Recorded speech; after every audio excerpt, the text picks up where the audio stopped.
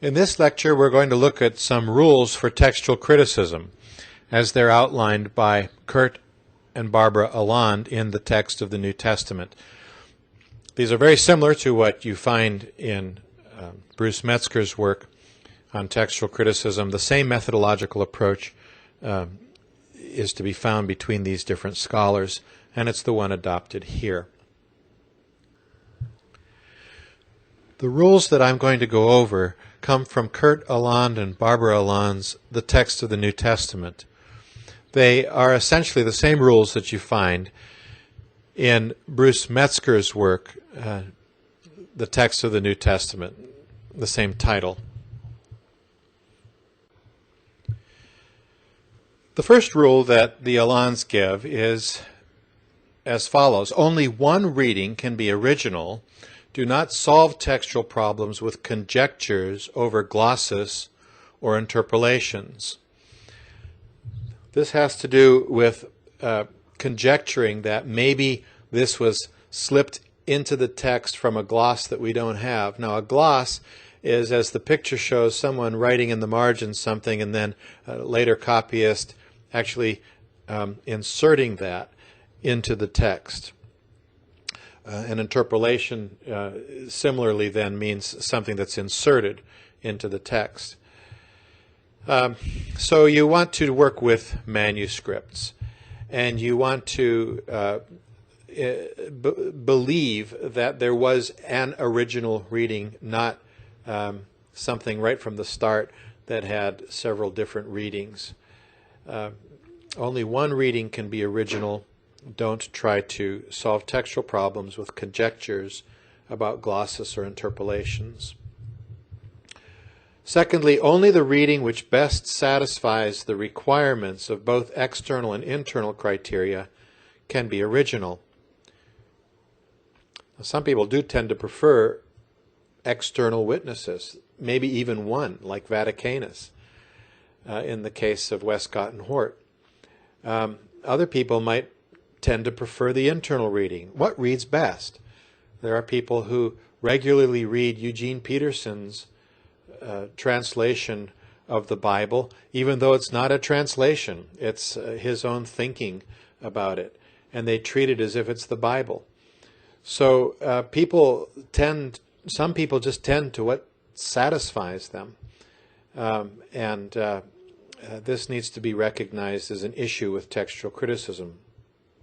We want to look at the external and internal criteria, both. Thirdly, criticism of the text must always begin with the evidence of the manuscript tradition and only afterward turn to consideration of internal criteria. That was a point made in the previous lecture, and it's one that then says we should favor the external evidence. We should favor the manuscript tradition in our methodology. Why is that? The reason is that we have so many manuscripts and we know the tradition quite well compared to some other manuscripts for other works that are very weak. So sometimes in the Old Testament, for example, we might go with the Septuagint reading rather than the Hebrew reading because the Hebrew text is not anywhere nearly as well documented as in the New Testament with the Greek texts and its manuscript tradition. The fourth rule relates to the one we just looked at, number 3. Internal criteria can never be the sole basis for a critical decision, especially in opposition to external evidence. The fifth rule relates to various kinds of external evidence and basically says that we should always prioritize the actual manuscript tradition. It reads, the primary authority for a critical textual decision lies with the Greek manuscript tradition. The versions and fathers serve no more than a supplementary or corroborative function to that Greek manuscript tradition, particularly in passages where their underlying Greek text cannot be reconstructed with absolute certainty. Sometimes a church father might be evidence for a certain reading, but we're not absolutely sure. because we're reading some commentary of the Father, and the way he handles the text, it suggests that such and such a text tradition is behind what he's talking about. So again, because we have so many manuscripts in Greek, our emphasis needs to be on the actual manuscript tradition. A very commonly cited rule is number 6. Manuscripts should be weighed, not counted, and the peculiar traits of each manuscript should be duly considered. Thus look at each textual problem afresh, not mechanically preferring one manuscript over another, even though a certain combination of witnesses may offer more confidence than others. For example, the Alexandrian or Egyptian text tradition may often lead us to think that, well, this must be the reading because that's a better manuscript copying tradition. But no, they're putting a caution here with this point number 6. Now, the first part of this, manuscripts should be weighed, not counted. Think about the long ending of Mark. 99% of the manuscripts have the long ending, but they are not as strong as the manuscripts that lack it in terms of our confidence in those particular manuscripts. 7th, we are not likely to find the original reading in a solitary witness. 8th, the genealogical principle. The reading which can explain how the other readings originated is most likely the original reading. So textual criticism should try to reconstruct stemma of readings for each variant.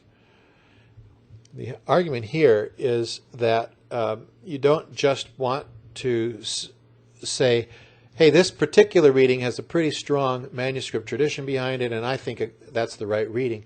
You want to explain how the other readings might have arisen from that. It's saying, well, if this is the original reading, we can see how this secondary reading came into existence. But if we turn that around, we can't understand why this other reading came into existence. So that's the way this genealogical principle goes. What makes sense to have been the original? What makes sense to be the mistaken second generation or third generation of copying? Point number 9, or rule number 9, variants must never be treated in isolation, but always considered in the context of the tradition.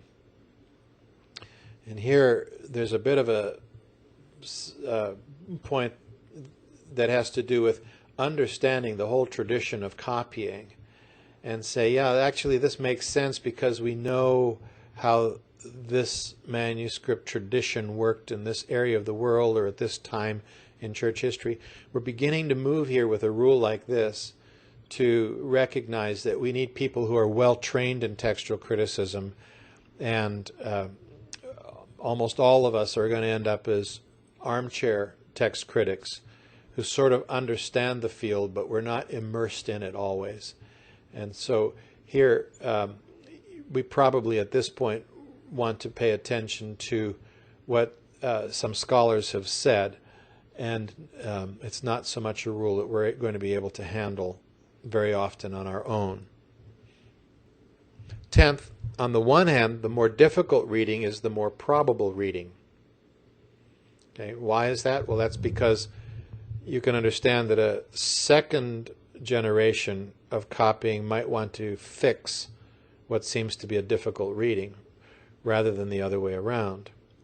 However, this rule has, on the other hand, this principle must not be taken too mechanically. In other words, it may well be that the very difficult reading could never have been the original reading. It's just a complete mess. So you need to look at each textual problem on its own and think about what's the most likely process in terms of the difficulty of readings in the manuscript copying tradition. Number 11, on the one hand, the shorter reading is to be preferred. Again, why is that? Well, second generation copying might add a few extra words in order to smooth out the reading. On the other hand, this principle must not be taken too mechanically again. Manuscripts which vary significantly with both expansions and omissions show that what's really going on is an editorial hand, and the shorter readings cannot therefore be considered on this principle. Manuscript D seems to be an example of this approach to copying. And then number 12, the best training for New Testament textual criticism is a constantly maintained familiarity with the manuscripts. A text critic must have had experience in collating with the early papyri, uncials, and minuscules. The pure theoretician has often done more harm than good. Their primary point here is that you need to be immersed in the actual manuscript tradition. You need to know characteristics of individual manuscripts. Now, our level of getting to this is having a text like the textbook by Metzger, the text of the New Testament, where some comments are made about individual manuscripts as well as text traditions. The Alans are saying even more than that. They say we need text critics, and that's true.